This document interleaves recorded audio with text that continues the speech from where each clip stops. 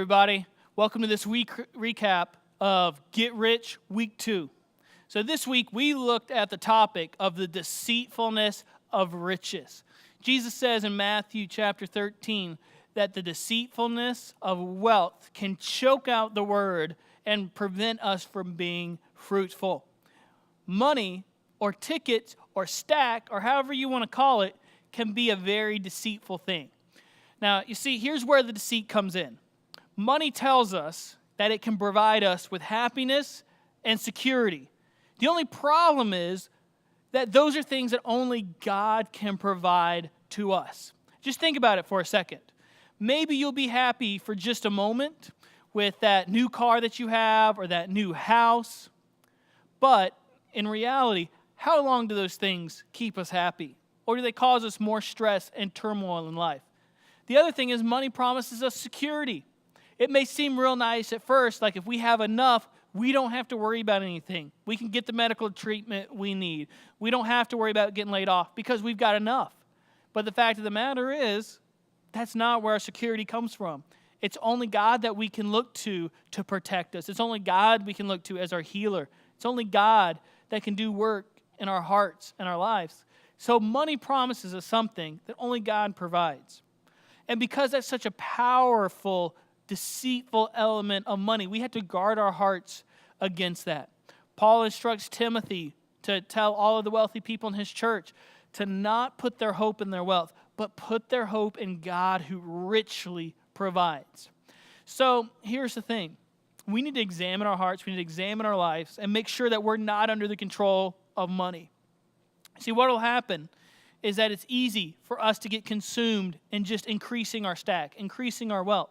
See, if we're under the influence and control of money, the first thing that's a warning sign is that we will never have enough. Maybe you have $20,000 this year, maybe $40,000 next year. But if you're looking to money as your source of happiness and security, you'll never have enough. It doesn't matter if you have $100 million. It's never enough. So if I ask you how much is enough and your answer is more, you might be under the influence of money. Secondly, you might be under the influence of money if you have a hard time giving big or being generous. You see, when we depend and put our hope and trust in money, it's hard for us to give it away. It's hard for us to be generous with that. We get consumed in wanting to protect it. Money's not the source. So as we understand that God is the source, it's easier for us to give. When we give generously, we experience such joy. We experience a life that is truly life because money's there to serve us as we serve God. If we get it mixed up and start serving money, we miss out on that joy that generosity brings in our life. The third thing is you might be under the influence of money if you have some in the bank, but no peace in your heart. Some toys in the garage, but no peace. Some clothes and shoes, but no peace. See, when we're under the influence of control and we love money, we don't experience the peace of God in our life because we can have that peace, we can have that joy when we understand and we believe and we trust in Him as our provider. It's not bad to have stuff. It's not bad to have money. You know, like the scripture says, God richly blesses us. He provides our needs for our enjoyment.